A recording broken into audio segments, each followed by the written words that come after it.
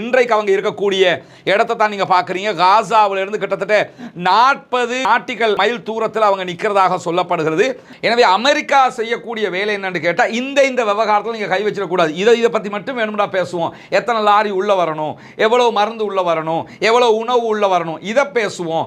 அதை தவிர்த்துட்டு ஆட்சி செய்யணும் யாருன்னா பாலஸ்தீன விடுதலை அமைப்பு வரக்கூடாது, அல்லது ஆயுதங்களை நீங்க கீழே வச்சிடணும், நாங்க சொல்றதை நீங்க கேட்கணும் என்கிற விதமாகத்தான் அவர்களுடைய அந்த சட்டப்பை வச்சிருக்கிறாங்க. மிக தெளிவாக தெரியக்கூடிய நிலையில இன்றைக்கு அமெரிக்க அதிபர் டொனால்ட் ட்ரம்ப் ஒரு முக்கியமான ஆவணத்தில் கையெழுத்திட்டு இருக்கிறார் என்கிற செய்திகள் வெளியாகி இருக்கிறது. அது என்ன ஆவணம்னா நமக்கு தெரியும்.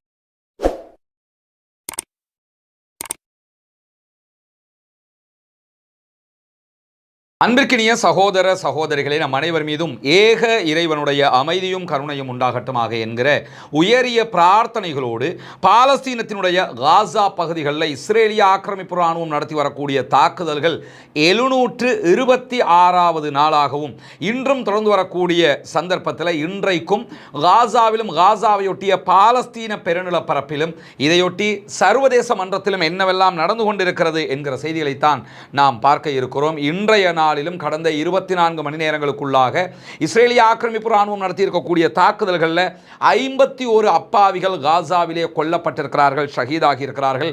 180 பேர் படுகாயம் அடைந்திருக்கிறார்கள் என்கிற செய்திகள் வெளியாகி இருக்கிறது. தொடர்ந்தும் இஸ்ரேலிய ஆக்கிரமிப்பு ராணுவம் காசா மேல வான்வழி தாக்குதல்களை உச்சமாக நடத்தி வருகிறார். அதே நேரம் இஸ்ரேலிய ஆக்கிரமிப்பு ராணுவத்திற்கு எதிரான பாலஸ்தீன விடுதலை ராணுவத்தினுடைய தாக்குதல்களும் உச்சமாக தொடர்ந்து வருகிறது. இன்றைக்கும் 2 முக்கியமான தாக்குதல்களை அவர்கள் நடத்தி இருக்கிறார்கள். அந்த தாக்குதல்கள் என்ன என்பதை பற்றி பார்ப்பதற்கு முன்பதாக நமக்கெல்லாம் தெரியும், பாலஸ்தீனத்திற்கு நாங்கள் சமாதானத்தை கொண்டு வரப் போகிறோம் என்கிற பெயரில் அரபு நாடுகளோடு ஒரு பேச்சுவார்த்தையை நடத்தி காசாவுக்கான தீர்வு திட்டம் இதுதான் என்கிற ஒரு முடிவை எடுத்துவிட்டு அதனையே பெஞ்சமின் நெதன்யாகு இஸ்ரேலிய பிரதமரிடத்தில் அமெரிக்க அதிபர் கொடுத்து மொத்தமாக அதை மாற்றம் செய்து இஸ்ரேலுக்கு ஃபேவராக, இஸ்ரேலுக்கு மாத்திரமே நன்மை பயக்கும் விதமாக ஒரு திட்டத்தை முன்வைத்திருக்கிறார். சர்வதேச அளவில் தற்போது இந்த திட்டம் மிகவும் கேள்விக்குட்படுத்தக்கூடிய ஒரு திட்டமாக மாறி இருக்கக்கூடிய சூழல்ல அமெரிக்க அதிகாரிகள் ட்ரம்பினுடைய இந்த திட்டத்தில்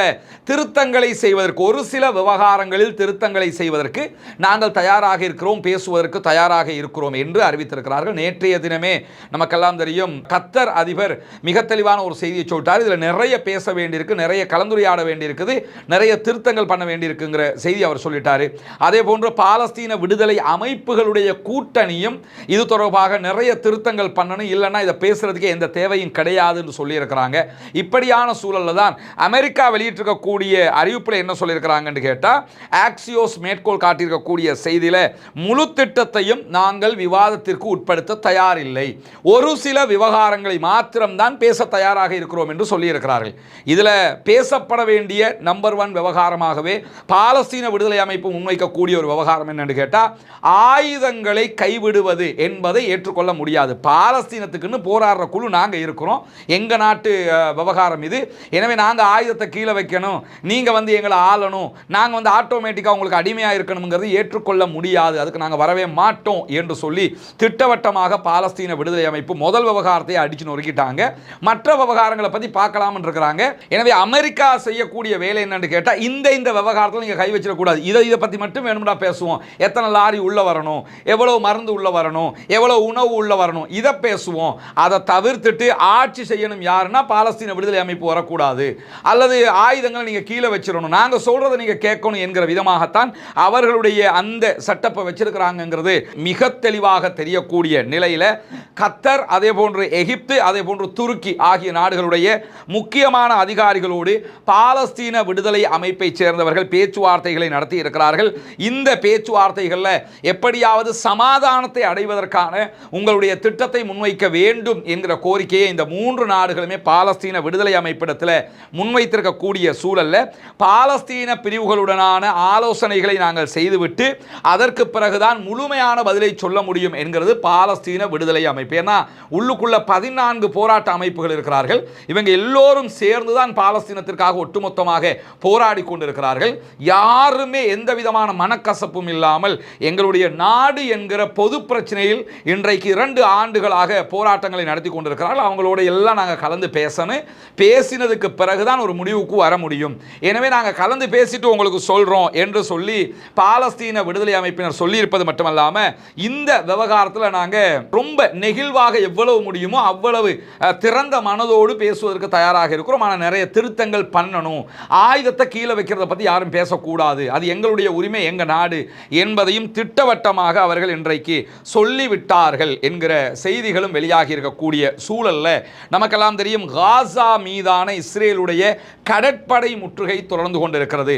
தரை வழியாக ரஃபா பார்டர்லையோ கரேம் அபுஷலம் பார்டராகவோ அல்லது ஜோர்டான் வழியாகவோ காசா மக்களுக்கு உணவுகளை கொண்டு வருவதற்கு இஸ்ரேல் அனுமதிப்பதில்லை, மருந்துகளுக்கு அனுமதிப்பதில்லை, சுத்தமான தண்ணீருக்கு அனுமதி இல்லை, எதையுமே உள்ளே கொண்டு வர முடியலை. அதே நேரத்தில் வான்வழியாக யாராவது கொண்டு வந்து உணவு போட்டால் கூட அதை பண்ணாதீங்கன்னு ஐநாவே சொல்லிக்கிட்டு இருக்கிறாங்க. ஏன்னா அதனால் எந்த பலனும் கிடையாது, கீழே விழுந்து மக்கள் சாகுறாங்க, மக்களுடைய மரணத்துக்கு தான் அது வழிவகுக்குது என்கிற செய்திகளை பல நாடுகளும் சொல்லிக் கொண்டிருக்கிறார்கள். கடல் வழியாக கப்பலில் யாராவது உணவு கொண்டு வர முடியுமான்னா கடற்படை முற்றுகையை விதித்திருக்கிறது இஸ்ரேல். எனவே கடல் வழியாகவும் உள்ளே வர முடியாமல் இருக்கிற காரணத்தினால கடற்படை முற்றுகையை உடைப்பதற்காக சர்வதேச கடல் பரப்பில் ஃப்ரீடம் ஃப்ளோட்டிலா என்கிற கூட்டணி நிறைய கப்பல்களோடு உணவுகளையும் மருந்துகளையும் எடுத்துக்கொண்டு ஒரு சைக்கிணைக்காக காசாவை நோக்கி வந்து கொண்டு இருக்கிறார். ஒரு அடையாள நிமித்தமாகத்தான் வர்றாங்க. அவங்க கொண்டு வர்ற உணவுகளால் காசாவில் இருக்கக்கூடிய மக்களுக்கு ஒரு 2% கூட அதை தீர்வு கிடைத்து விடாது, உணவுடைய தேவை தீர்ந்து விடாது. ஆனாலும் ஒரு முறை நாங்கள் உடைச்சிட்டோம்னா மற்றவங்க எல்லாருமே கொண்டு வந்து உணவுகளை கொடுக்கலாம் என்பதற்காகத்தான் இந்த முயற்சி அவங்க பண்ணுறாங்க. தற்போதும் அவர்கள் காசாவை நோக்கி வந்து கொண்டிருக்கிறாங்க. இன்றைக்கு அவங்க இருக்கக்கூடிய இடத்தை தான் நீங்கள் பார்க்குறீங்க. காசாவிலிருந்து கிட்டத்தட்ட 40 நாட்டிக்கல் மைல் தூரத்தில் அவங்க நிற்கிறதாக சொல்லப்படுகிறது. ஃப்ரீடம் ஃப்ளோட்டிலாவினுடைய இணையதளத்தில் இதை ட்ராக் பண்ண முடியும், கப்பல்கள் வரக்கூடிய பாதைகள் எங்கெங்கே நிற்கிறாங்க, எந்த இடத்துல நிற்கிறாங்கன்னு சொல்லி. இப்படி அவர்கள் காசாவை நோக்கி நெருங்கி வந்து கொண்டிருக்கக்கூடிய சூழலில் இன்றைக்கு ஃப்ரீடம் ஃப்ளோட்டிலாவினுடைய கப்பல்கள் மீது நிறைய தாக்குதல்களை இஸ்ரேலிய ஆக்கிரமிப்பு ராணுவம் நடத்தி இருக்கிறது. குறிப்பாக 20க்கும் மேற்பட்ட ட்ரோன் தாக்குதல்கள் நடத்தப்பட்டிருக்கிறது. ஃப்ரீடம் ஃப்ளோட்டிலாவில் வரக்கூடிய கப்பல்களை ட்ரோனை விட்டு கண்காணிக்கிறாங்க, ஒரு விதமான திரவத்தை மயக்கத்தை உண்டாக்குற திரவங்களை தெளிக்கிறாங்க. இப்படி தொடர்ந்து தொல்லைகளை கொடுத்து கொண்டிருக்கக்கூடிய சூழலில் ஃப்ரீடம் ஃப்ளோட்டிலா கூட்டணியில் வந்து கொண்டிருக்கக்கூடிய கப்பல்களில் வரக்கூடியவர்களுடைய மொபைலை ட்ராக் பண்ணி கப்பல்கள் இருட்டில் பயணிக்கும் போது இந்த கப்பல்களுக்கு அருகில் சென்று த்ரெட்டன் பண்ணுறாங்க. இருட்டுக்குள்ள போய், ஏன்னா வெளிச்சத்தில் போனால் அடையாளம் கண்டு இவங்க தான் சொல்லி பப்ளிக் படுத்தி பொதுமக்களுக்கு உலகத்துக்கு காட்டிடுவாங்கிறதுனால இருட்டில் கடலில் இஸ்ரேலிய கடற்படை சென்று அவர்களை மிரட்டுகிறது என்கிற செய்திகள் எல்லாம் வெளியாகி கொண்டிருக்கு. நீங்கள் ஃப்ரீடம் ஃப்ளோட்டிலாவினுடைய இணையதளத்தில் போய் இருட்டில் என்ன நடக்கிறது என்பதை கூட வீடியோவாக அவங்க காட்டிக்கிட்டு இருக்கிறாங்க, பார்க்க முடியும். இந்த சூழலில் தான் அவர்கள் நாங்கள் தொடர்ந்து காசாவை நோக்கி நகர்ந்து கொண்டே இருக்கிறோம் என்று சொல்கிறார்கள்.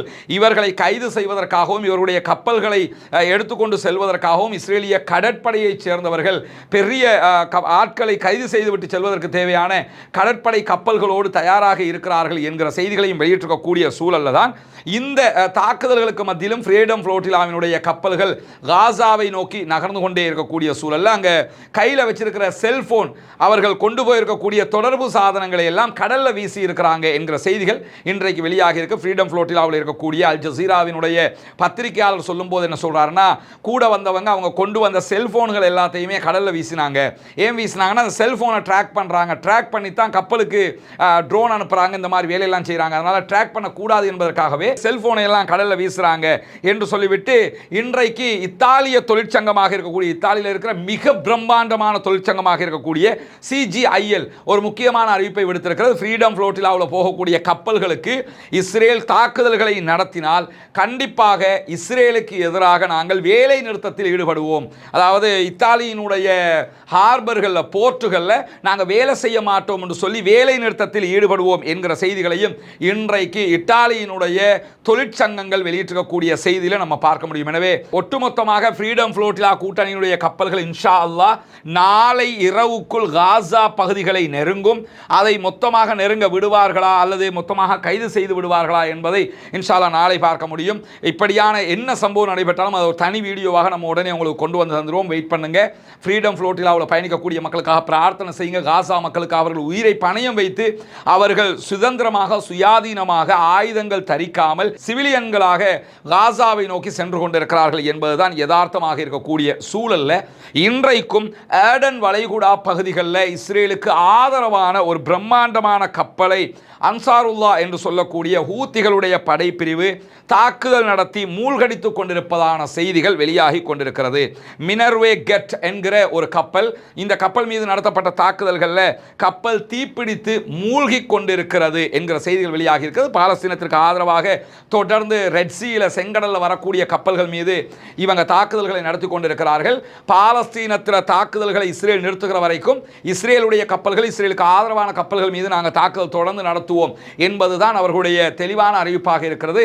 அவங்க மேலே இஸ்ரேல் நிறைய தாக்குதல்கள் நடத்தினாலும் யமன்ல போய் அதை மீறி பாலஸ்தீனத்திற்கு ஆதரவாக தொடர்ந்தும் அவர்கள் களத்திலே நிற்கிறார்கள் என்கிற செய்திகளும் வெளியாகி கொண்டிருக்கக்கூடிய சூழல்ல இன்றைய தினமும் கிட்டத்தட்ட 400 பேர் இஸ்ரேலுடைய போலீஸ் பாதுகாப்போடு புனிதமிக்க மஸ்ஜிதுல் அக்ஸாவுக்குள் நுழைந்து இஸ்லாமியர்கள் தொழுகை நடத்தக்கூடிய பகுதிகளில் தாக்குதல்களை நடத்தி இருக்கிறார்கள். அந்த பகுதிகளில் ரொம்ப மோசமான நடவடிக்கைகளில் ஈடுபட்டிருக்கிறார்கள் என்கிற செய்திகளையும் அல் ஜசீரா இன்றைக்கு வெளியிட்டிருக்கிறது. போலீஸ் பாதுகாப்போடு புனிதமிக்க மஸ்ஜிதுல் அக்ஸாவை சேதப்படுத்துகிற, சிதைக்கிற, அசிங்கப்படுத்துகிற காரியத்தில் ஜியோனிஸ்டுகள் ஈடுபட்டு வருகிறார்கள் என்கிற செய்திகள் வெளியாகி கொண்டிருக்கக்கூடிய நிலையில் பாலஸ்தீன விடுதலை அமைப்பை சேர்ந்தவர்கள் இன்றைக்கு மொராக் காரிடார் என்கிற பகுதிகளில் இஸ்ரேலிய ஆக்கிரமிப்பு இராணுவத்தினுடைய ஒரு படைப்பிரிவு நின்ற இடத்துக்கு மொத்தமான ஒரு மாபெரும் தாக்குதலை நடத்தி இருக்கிறார்கள். இந்த தாக்குதல்களை பாலஸ்தீன விடுதலை அமைப்பும் அதனுடைய துணை இராணுவ குழுவும் இணைந்துதான் தாக்குதலை நடத்தி இருக்கிறார்கள்.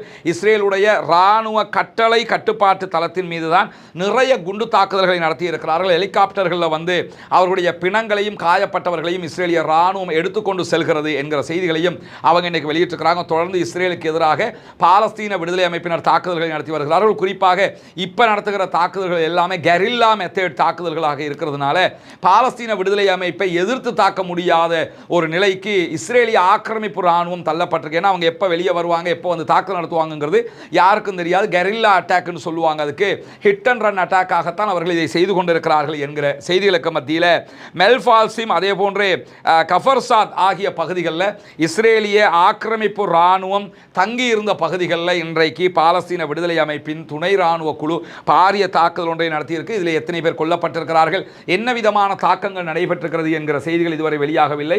அந்த செய்திகள் வெளியாகிற போது அதையும் உங்களுக்கு மத்தியிலே கொண்டு வந்து தர தயாராக இருக்கக்கூடிய சூழலில் இன்றைக்கு அமெரிக்க அதிபர் டொனால்ட் ட்ரம்ப் ஒரு முக்கியமான ஆவணத்தில் கையெழுத்திட்டிருக்கிறார் என்கிற செய்திகள் வெளியாகி இருக்கிறது. அது என்ன ஆவணம்னா நமக்கு தெரியும். கடந்த மாதம் இஸ்ரேலிய ஆக்கிரமிப்பு இராணுவம் கத்தர் மேலே அட்டாக் பண்ணியிருந்தாங்க. அந்த அட்டாக்கு பிறகு அரபு நாடுகள்லாம் ஒன்று சேர்ந்ததுக்கு பிறகு அரபு நாடுகள் உடனடியாக எடுத்த ஒரு முடிவு தான் தங்களுடைய நாடுகளை பாதுகாத்துக் கொள்வதற்காக அணு ஆயுதத்தினுடைய தேவை நமக்கு இருக்கிறது. எனவே நம்ம அது தொடர்பாக அடுத்த கட்டம் நகரணும் என்று அணு ஆயுத பலம் கொண்ட பாகிஸ்தானோடு அவர்கள் ஒப்பந்தங்களை இடுவதற்கு தயாராகிவிட்டார்கள். குறிப்பாக சவுதி அரேபியா யாருக்கும் தெரியாமல் உடனடியாக ஒரு எக்ரிமெண்ட்டை பண்ணியும் முடிச்சிட்டாங்க.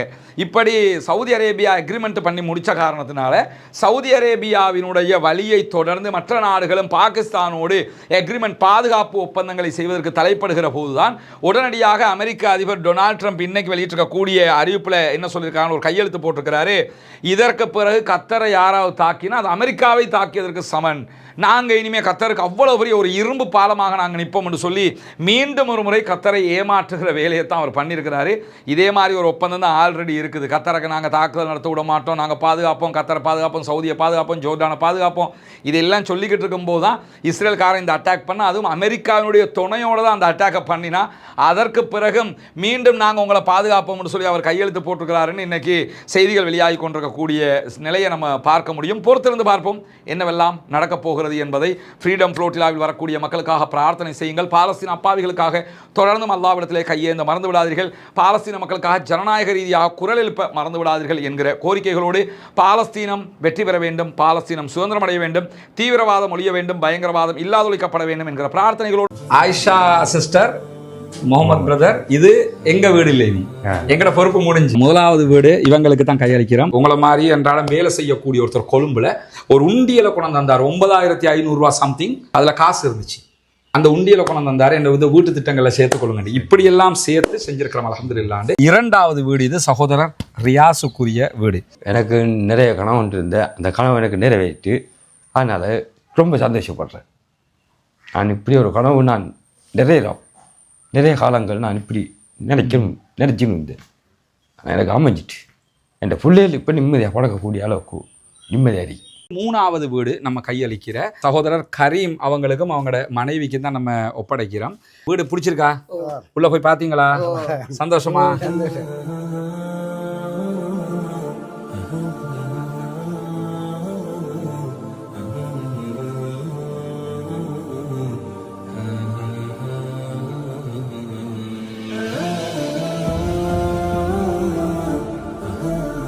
நம்ம ஒப்படைக்கிற நான்காவது வீடு சகோதரி அஸ்மியாவுக்கும் அவங்களோட கணவருக்கும் நம்ம ஒப்படைக்கிறோம். அவங்களோட கணவர் இன்னைக்கு வேலைக்கு போயிருக்கிறாங்க. துவா தான் நீங்க நிறைய செய்யணும், சரியா?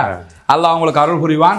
பார்க்குற மக்கள் நீங்க செஞ்ச உதவியால தான் இவ்வளவு நம்ம பண்ணி இருக்கிறோம். அல்லாஹ் அத்தனை பேருக்கும் அருள் புரிவான்.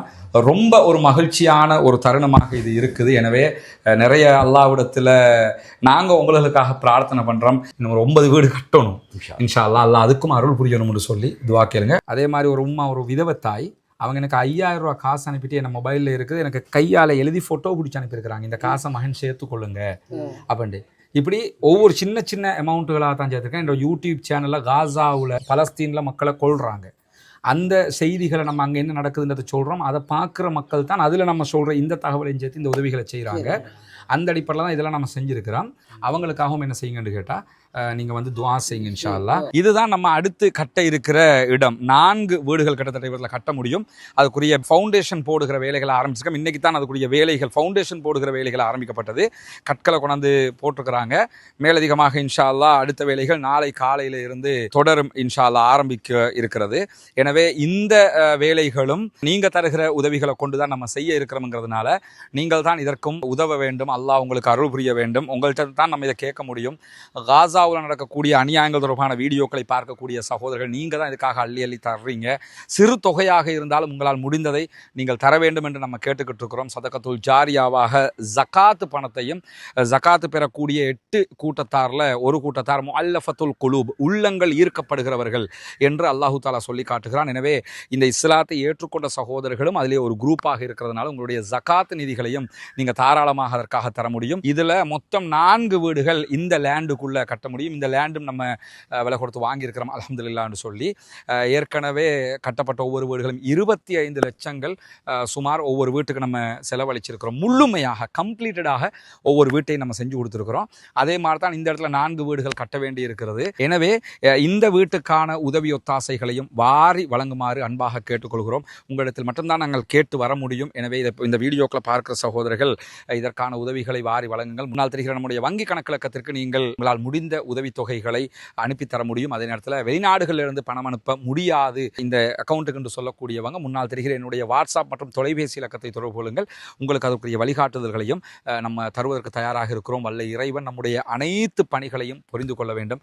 அந்த மக்கள் மகிழ்ச்சியாக அதை ஏற்றுக்கொண்ட காட்சிகளை நீங்கள் பார்த்துருப்பீங்க. எனவே தான் இந்த உதவியை நாங்கள் உங்களிடத்தில் கேட்குறோம். இந்த 4 வீடுகள் கட்டிட்டோம்னா மொத்தம் 9 வீடுகள் முடிஞ்சிடும். அதுக்கு பிறகு இன்னொரு 6 வீடு, இப்படி நம்மளால் முடிஞ்ச வரைக்கும் எத்தனை வருஷமானாலும் கட்டி கொடுக்கறது எவ்வளோதாங்கிற அடிப்படையில் தான் இதற்காக ஓடிக்கொண்டிருக்கோம். ஒன்று புரிஞ்சுக்கிறேங்க, நான் இருக்கிறது பொத்துவில்லை இப்போ. ஆனால் நான் உண்மையிலே என்னுடைய வசிப்பிடம் கொழும்பு. இந்த பணிகளை மேற்பார்வையிடுவதற்காக மாதத்தில் குறைஞ்சது 3 தடவையாவது நான் பொத்துவிலுக்கு வந்து போய்கிட்டு இருக்கிறேன். இங்கே சகோதரர் ஃபௌமி பொறுப்பாக இருந்து செஞ்சுக்கிட்டு இருக்கிறாரு. கிட்டத்தட்ட கொழும்புல இருந்து வர்றதுக்கு 7 மணி நேரம் பிடிக்கும், திரும்ப போகிறதுக்கு 7 மணி நேரம் பிடிக்கும். இந்த நேரங்களையும் செலவு செய்து தான் நான் இதுக்காக வர்றேன். ஏன்னா நீங்கள் தருகிற பணம் சரியாக போய் சேரணுங்கிறதுக்காக வல்ல ரஹ்மான் நம்முடைய பணிகளை ஏற்றுக்கொள்வானாக. அல்லாஹ்விடத்தில் நிறைய பிரார்த்தனை செய்யுங்கள். எனக்காகவும் பிரார்த்தனை செய்யுங்கள். பாலஸ்தீனம் வெற்றி பெற வேண்டும் என்றும் பிரார்த்தனை செய்யுங்கள். அஸ்ஸலாமு அலைக்கும் வரஹ்மத்துல்லாஹி வபரகாத்துஹு.